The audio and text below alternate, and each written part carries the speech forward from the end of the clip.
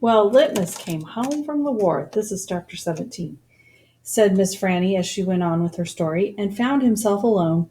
He sat down on what used to be the front step of his house, and he cried and cried. He cried just like a baby. He missed his mamma, and he missed his daddy, and he missed his sisters, and he missed the boy he used to be. When he finally finished crying, he had the strangest sensation. He felt like he wanted something sweet. He wanted a piece of candy. He hadn't had a piece of candy in years, and it was right then that he made a decision. Yes, ma'am. Litmus W. Block figured the world was a sorry affair and that it had had enough ugly things in it, and what he was going to do was concentrate on putting something sweet in it. He got up and started walking. He walked all the way to Florida, and the whole time he was walking, he was planning. Planning what? I asked. Why, planning the candy factory. Did he build it? I asked. Of course he did. It's still standing out on Fairville Road. That old building? Said Amanda. That big spooky one? It's not spooky, said Miss Franny. It was the birthplace of the family fortune. It was there that my great-grandfather manufactured the litmus lozenge, a candy that was famous the world over. I've never heard of it, said Amanda. Me neither, I said.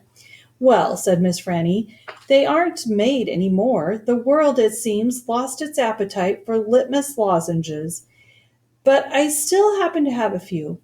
She opened the top drawer of her desk. It was full of candy. She opened the drawer below that. It was full of candy, too. Miss Franny Block's whole desk was full of candy. Would you care for a litmus lozenge? She asked Amanda and me. Yes, please, said Amanda. Sure, I said. Can Winn-Dixie have one, too? I have never known a dog that cared for hard candy, said Miss Franny, but he is welcome to try one.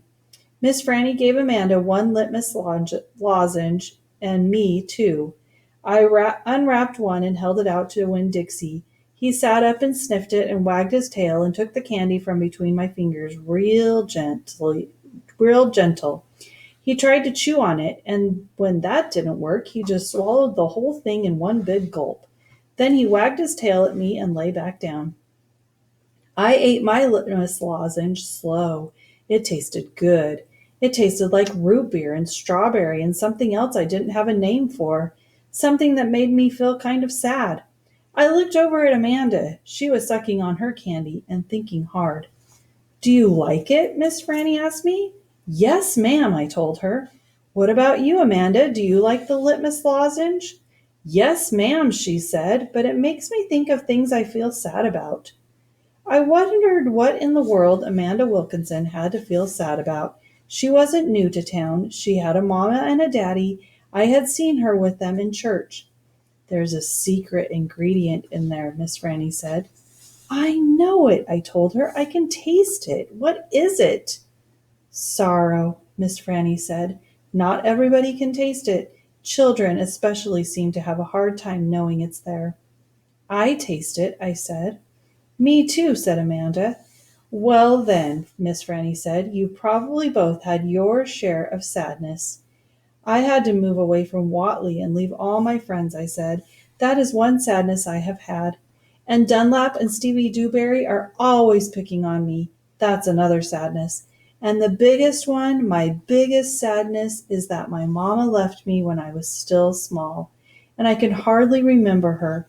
I keep hoping I'll get to meet her and tell her some stories. It makes me miss Carson, said Amanda. She sounded like she was going to cry. I have to go. And she got up and almost ran out of the Herman W. Block Memorial Library. Who's Carson? I asked Miss Franny. She shook her head. Sorrow, she said. It is a sorrow-filled world. But how do you put that in a piece of candy? I asked her. How do you get that taste in there? That's the secret, she said. That's why Litmus made a fortune. He manufactured a piece of candy that tasted sweet and sad at the same time. Can I have a piece to take to my friend Gloria Dump, and another one to take to Otis down at Gertrude's Pets, and one for the preacher, and one for Sweetie Pie, too? You may have as many as you want, said Miss Franny. So I stuffed my pockets full of litmus lozenges, and I thanked Miss Franny for her story, and I checked out Gone with the Wind, which was a very big book. And I told Winn-Dixie to get up, and the two of us left and went over to Gloria Dump's. I rode right past the Dewberry's house. Dunlap and Stevie were playing football in the front yard, and I was just getting ready to stick my tongue out at them. But then I thought about what Miss Franny had said about war being hell, and I thought about what Gloria Dump said about not judging them too hard, and so I just waved instead. They stood and stared at me, but when I was almost all the way past, I saw Dunlap put his hand up in the air and wave back. "Hey!" he hollered. "Hey, Opal!" I waved harder, and I thought about Amanda Wilkinson and how it was neat that she liked a good story the same as I did. And I wondered again, who was Carson?